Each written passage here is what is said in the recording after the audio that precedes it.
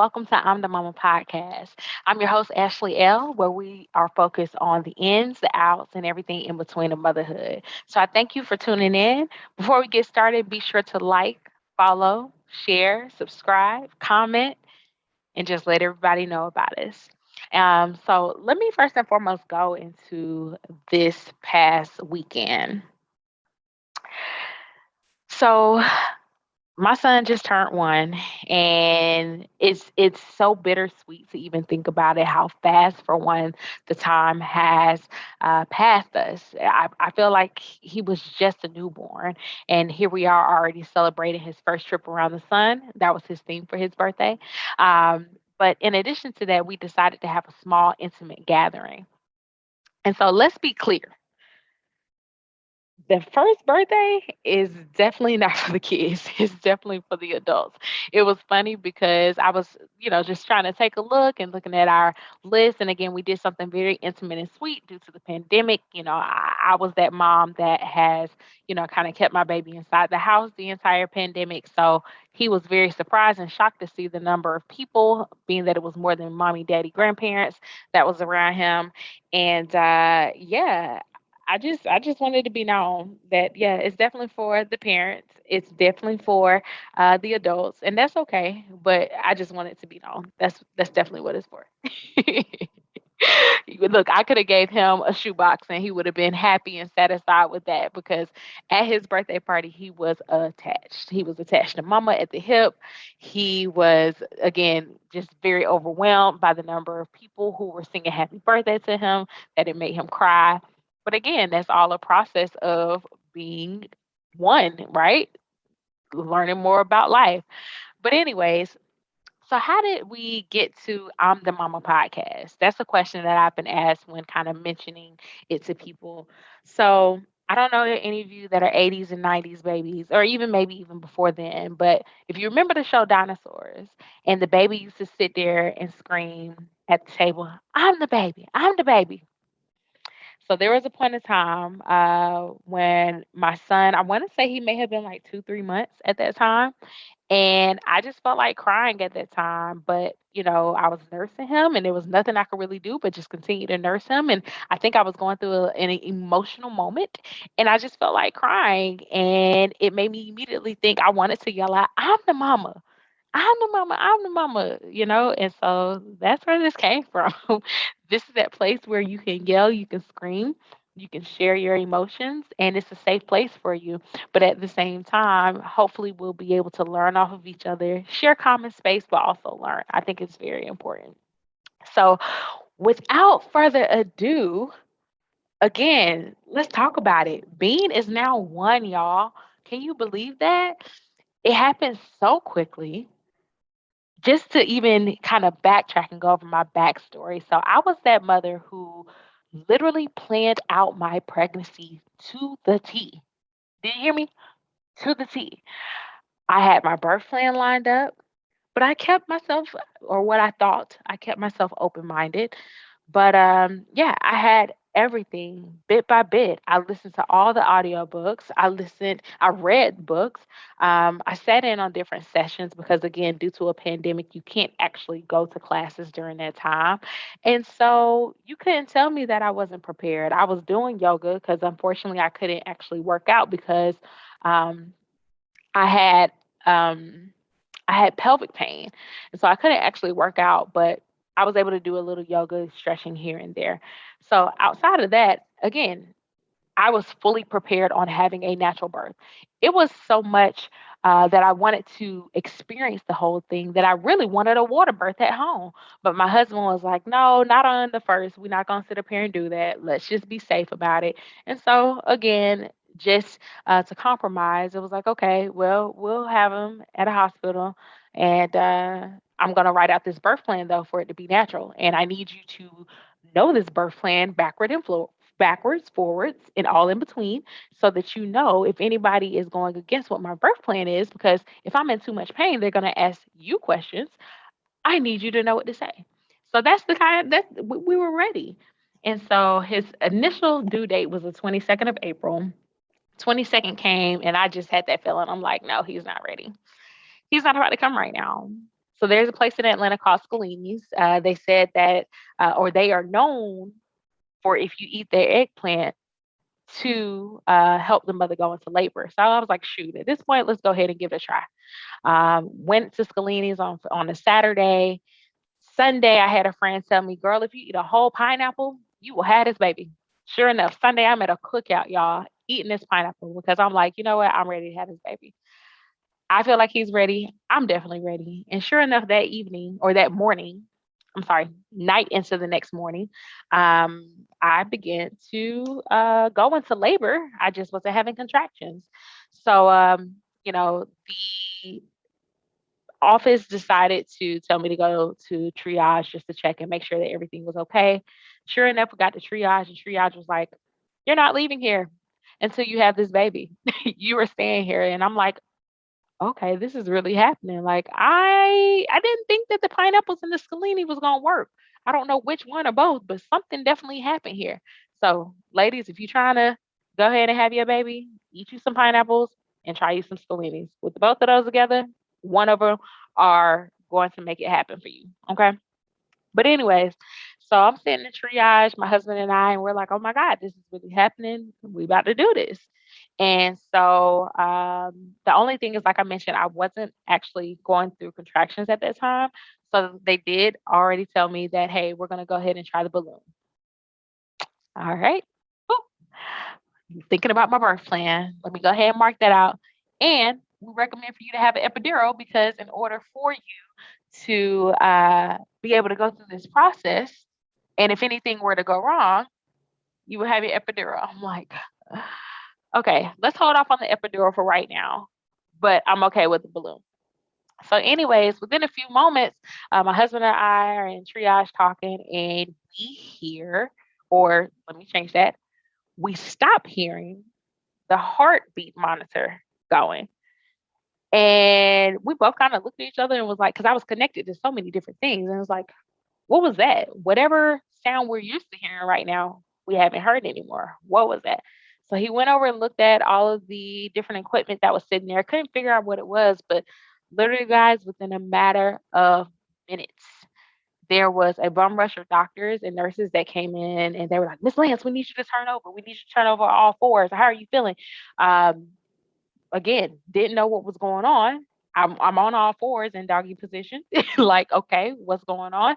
Then they had me turn over on my back and they rushed me down the hall. And y'all, when I tell y'all it felt like a movie, it felt like a legit movie. All I see is lights from the hallways. They take me to the operatory room. I'm praying out loud. They think I'm talking to them. I'm like, I'm not talking to y'all.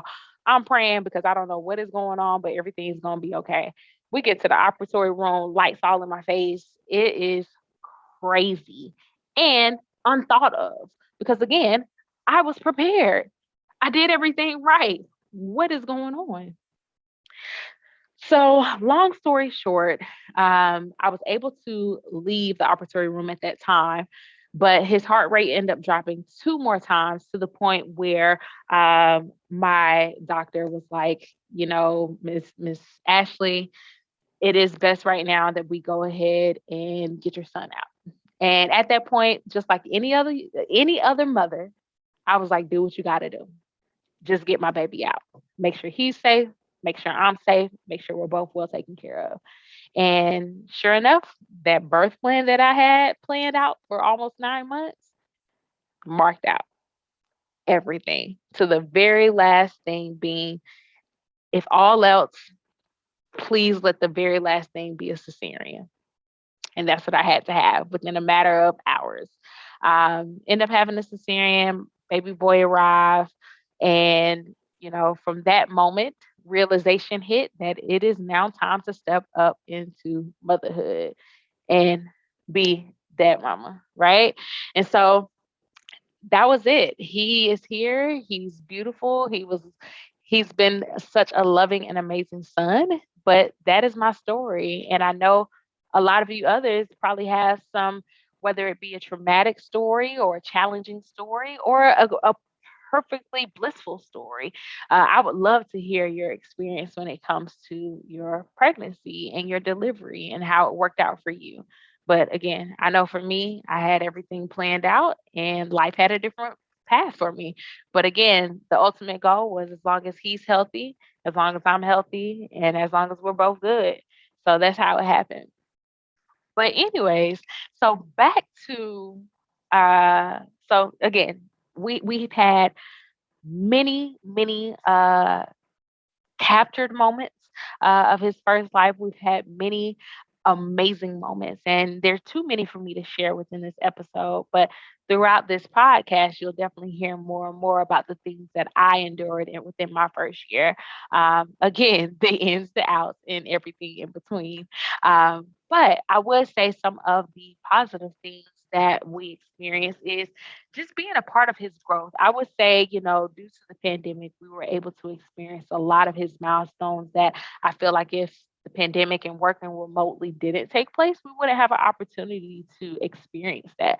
So I am so grateful for that experience. I'm grateful for us being able to capture those moments, not only for ourselves, but for him as he gets older, for him to be able to see.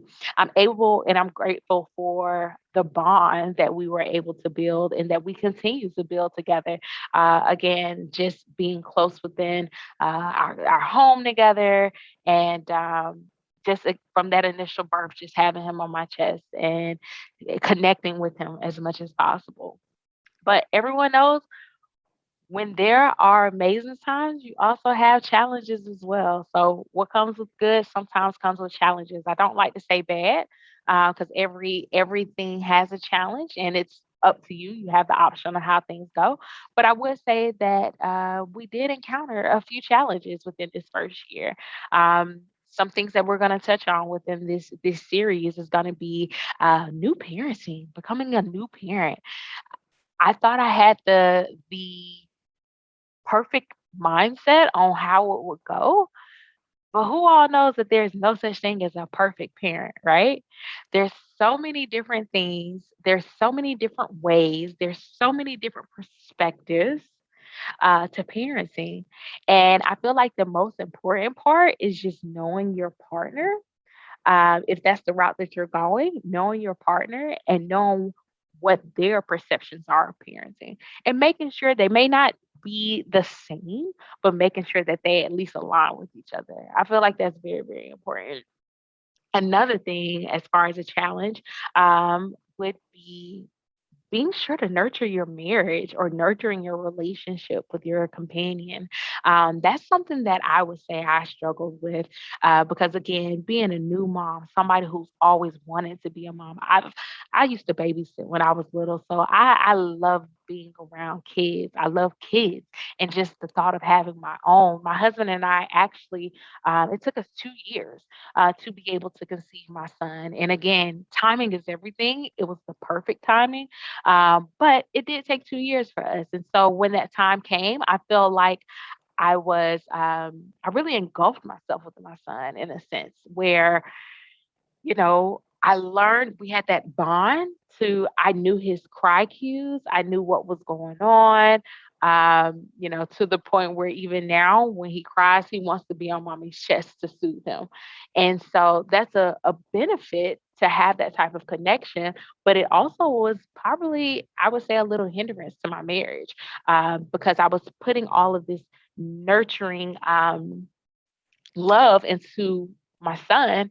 But then, a part of me didn't see that I possibly was neglecting my marriage a little bit.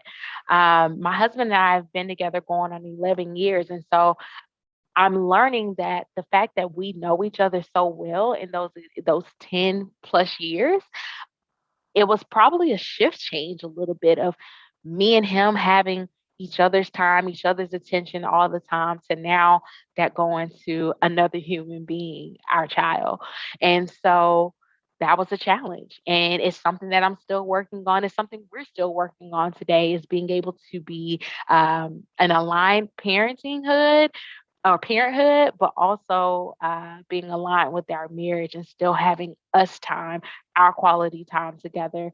And again, we're going to talk about that more within the series on the different ways of how we are starting to do that. Because sad to say, but it's something that we're really starting. I blame us, but then I also blame the pandemic because again, I have literally isolated myself. I was the biggest extrovert that you would ever meet. I loved going out. I loved hanging with people. I loved meeting people. But now with the pandemic, not only the pandemic, but the pandemic being pregnant, then the pandemic having a baby, that caused me to isolate myself to the point where this past year, again, I have been so comfortable being in the comfort of my own home and not being around anybody. And so with that, it caused, my husband and I didn't go out to restaurants. We didn't, have date time and things like that. Again, a challenge, but we're working on it and we're getting there. And then the last challenge I would say that is major is taking care of self. You know, again, I was so busy taking care of our son, focusing on that, trying to perfect this parenthood and this mother connection because I want to be the best mom I can be. But here I am neglecting myself to the point of being super tired, being overwhelmed, being restless because you're already sleep deprived. You're a parent, right? You're a new parent. That happens automatically. But I didn't pay attention to how important it was to take care of myself so that I could be the best wife, so that I could be the best mother. And again, that takes me focusing on me. So now, again, within literally a month, y'all, just 1 month, I would say I've been committed to doing that, even though that was a big goal for me for 2022. I would say I've only been able to really step out there, out of my comfort zone uh, with the pandemic to, starting to go pamper myself, getting my nails and toes done again, starting to, get my hair done, going out to a wedding. I went to a wedding this month. We have a vacation that's planned in a few months. I realized that I have to get back to Ashley L and what I enjoy doing because, again, to rise up to be the best, I have to make sure I'm taking care of self first, being the best me that I can be in all aspects so that I can rise to the occasion for my family. So, again, we're going to be touching on those challenges as well as those good times further in the series. So, be sure to stay tuned. But just to steer from that, as far as, challenges and things like that, I would say there's a few things that I was even able to recognize within the first year that were important things that I feel are needed for first time parents. And so I actually had an opportunity, me and my circle, interestingly enough, from November 2020 all the way to November 2021, pretty much everybody in my circle, all my girls, we had babies. So, needless to say, Bean has a good group of babies that he's going to be growing up with. But yeah, literally all of us had babies like back to back. So it's a beautiful thing because now when we get together, um, all the babies are same around the same age. They or are the same age actually, and playing with each other. But I had to ask them, like, ladies, what do y'all feel are some important things, whether you knew about them, or whether it was something that, you heard of and you just didn't take seriously, or whether it's something that you just kind of figured out and learned throughout the process that you feel are necessary within that first year or important to you. And so we came collectively together with 5 different things. And again, each baby is different, but these are ones I would say were common ground amongst all of us that we feel were important. So the first one, y'all, so you see, I smile a lot, right? I am so big on dental, taking care of this mouth. This is so beautiful. And being sure to take care of it. Realistically, it starts when they're babies. It starts when we were babies. And I know, my parents as well as other people that I talk to think that I'm crazy. Well, not think that I'm crazy, but they thought it was crazy of the fact and interesting of the fact of when my son was 11 months, he had his first dental appointment. But realistically, I didn't realize as soon as his first tooth came out, started showing, that's when he was supposed to have his first dental appointment. Parents, mamas, we got to take care of these babies' teeth. And it doesn't start actually when the tooth is showing. It starts with cleaning their gums, because whether you are a breastfeeding mom or whether you are a mother that is giving formula, whichever way, there is sugar involved. And so we have to make sure to clean these babies' mouths. When they don't have teeth, you take a warm white cloth, a warm washcloth, and you wipe their gums, you wipe their jaws inside of their cheeks, you wipe their tongue in the morning, and you do it before they go to bed. And if they nurse throughout the night, that's even more reason why you got to make sure to do it in the morning. Because what you don't want to happen is that you're already creating some type of decay on their gums, that when their teeth starts growing in, you're going to have problems. Like, yeah, they're baby teeth. They're going to come out, but go ahead and start the process. Because my son, he is acclimated with us being in his mouth now at the point of brushing his teeth. It was wiping it down first with the wet towel. Now we full on brush his teeth with toothpaste and everything, and he loves it. He enjoys it. So that way, as he continues to get older, he only has two teeth right now. As he continues to get older and more teeth are growing in, I even let him brush his teeth after I brush his teeth because I want him to be comfortable with that. But it's very important. Let's start early of getting them to take care of their mouth. But not only that, you taking care of their mouth, because you don't want nothing to happen to the baby's gums, right? So that was the first one. Another one is going to be that tummy time. I learned that, I wouldn't say the hard way, because we were able to catch it before it came too much of a challenge. But tummy time, I didn't realize how essential and how important it was. No matter how many videos, no matter how many um, readings that I did of the importance of tummy time, I really didn't think it was. I was like, he's gonna learn. He's gonna learn how to lift his head. He's gonna learn how to do this. He's gonna learn how to crawl. But I didn't realize how important and effective the tummy time is for him being able to reach those milestones, right? So it ended up being where he would just cry, and I didn't like him crying. I mean, what can I say? I didn't. So after about 2 minutes, I would pick him up and we'd go on about our day. And so by his second month appointment, his doctor was like, Miss Ashley, I need you to put this baby on his stomach and increase his tummy time, because he's not lifting his head the way that he should be right now. And she was like, it's definitely something that can happen quickly, but you have to start now, because obviously the older he gets, if I wasn't doing it, the more he would just, cry and things like that. So she said, you want to get him acclimated with it so that he can enjoy it and start reaching those other milestones. So sure enough, you only got to tell me once. It's about my son.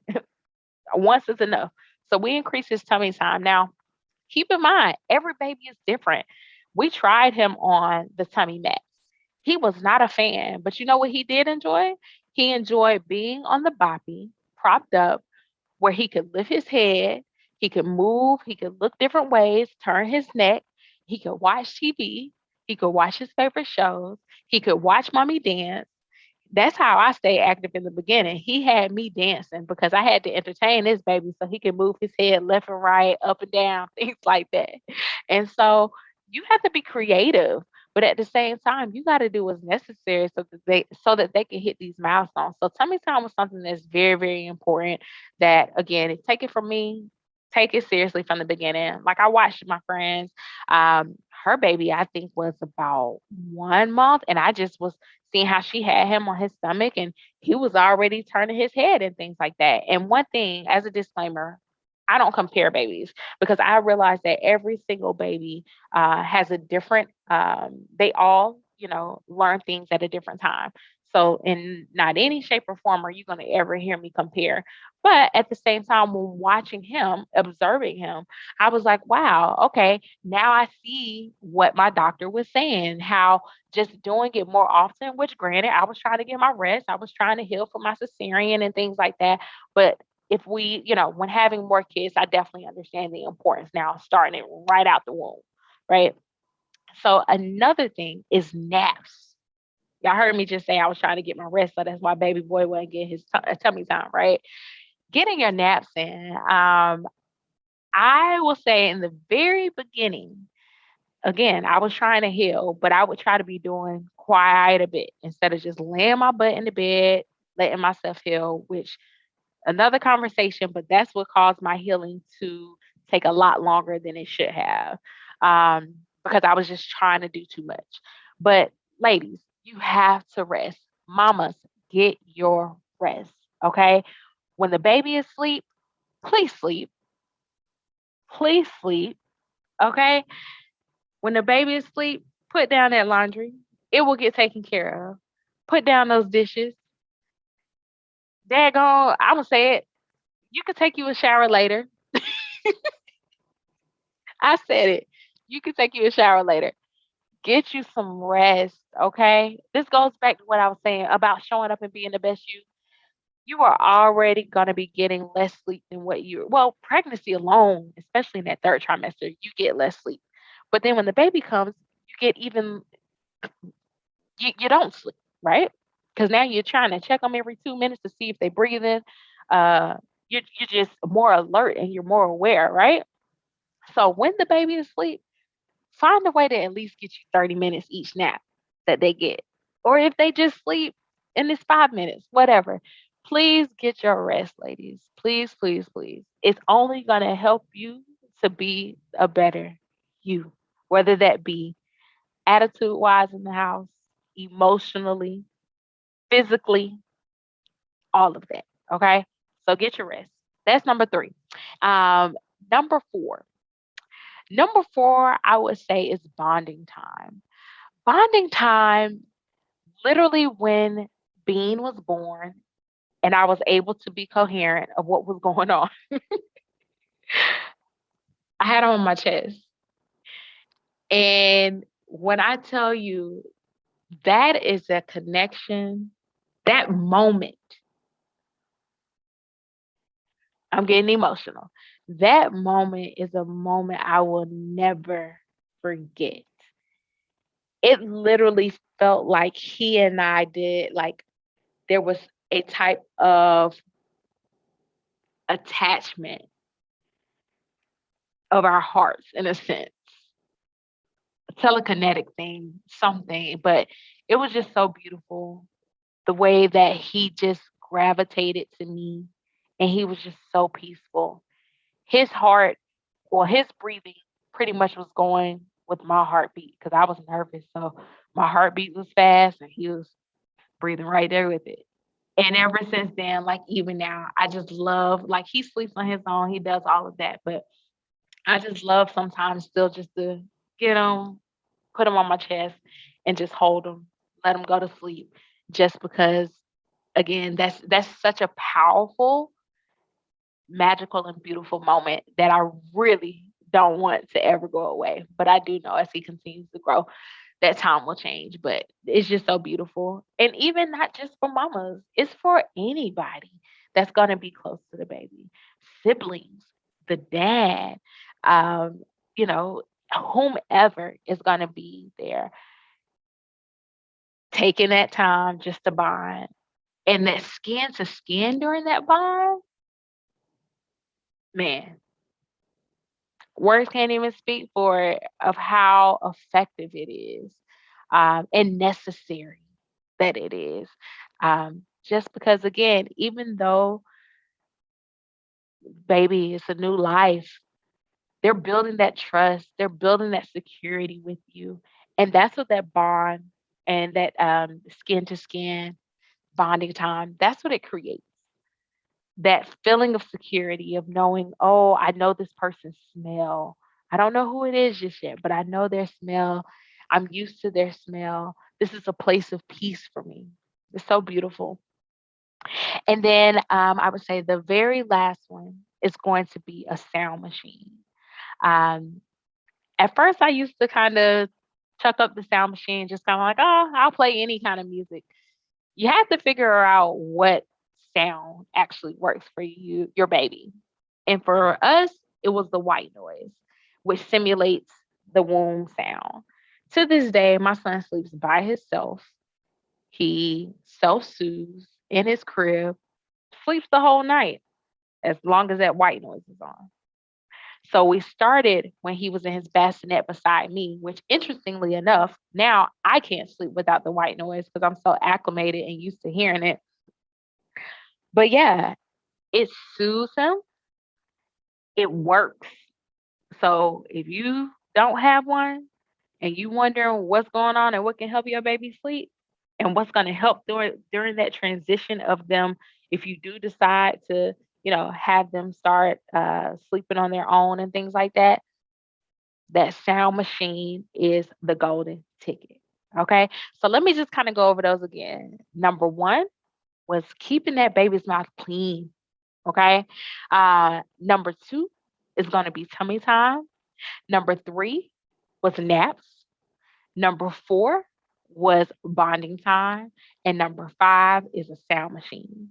Now, I would like to say if you have any tips, tricks, things that you've learned within that first year that you feel were golden for you, hey, comment. Let me know. We may do an episode that's specifically on the top things that are necessary for your first year. I think this is very enlightening for new mothers, those who are wanting to become parents, as well as for those who may be having more kids or it's been a while since they've had a child. So things are new. I have a homegirl, she has, there's a gap between their kids' age. And so with her newborn was like, all this stuff is new.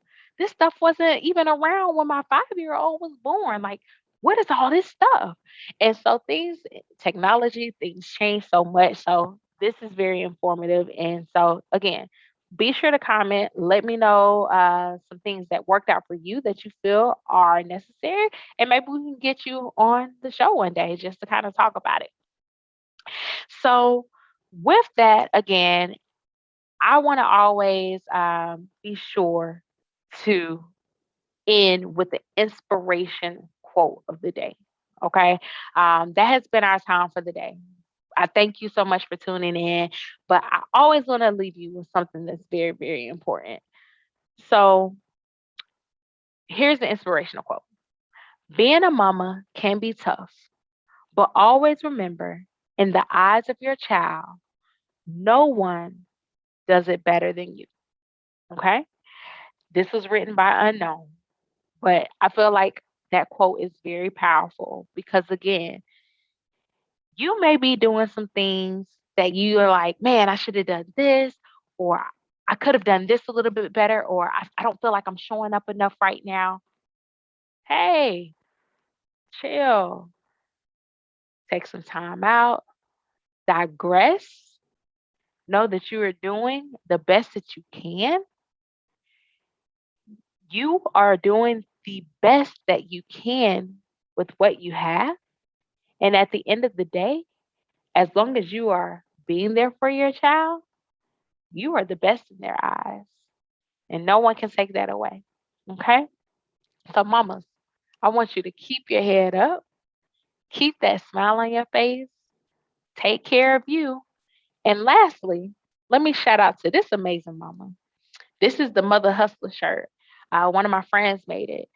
So be sure to check her out on Instagram at LSL underscore realist, and she can hook you up with her motherhood shirt. My son actually has one that says "Son of a Mother Hustler," and so we twinning sometimes. But yeah, keep rising to the occasion. Keep being you. Keep being great. Okay, you're superwoman. You got the power. And again, thank you so much for tuning in to today's episode of I'm the Mama podcast. Again, I'm your host, Ashley L. Be sure to join me on our next episode where I'm going to be joined by my husband. Again, remember those challenges I was talking about? He's going to be giving you some of his perspectives as a new parent and how he felt that it went with his first year, with our first year together. And we're just going to communicate about it. Again, this is a place where I feel we could be transparent, we could be real because this is a real situation. So thank you for tuning in. Be sure to like, subscribe, follow, share, and comment. And look forward to seeing you next time. Continue to take care. Bye.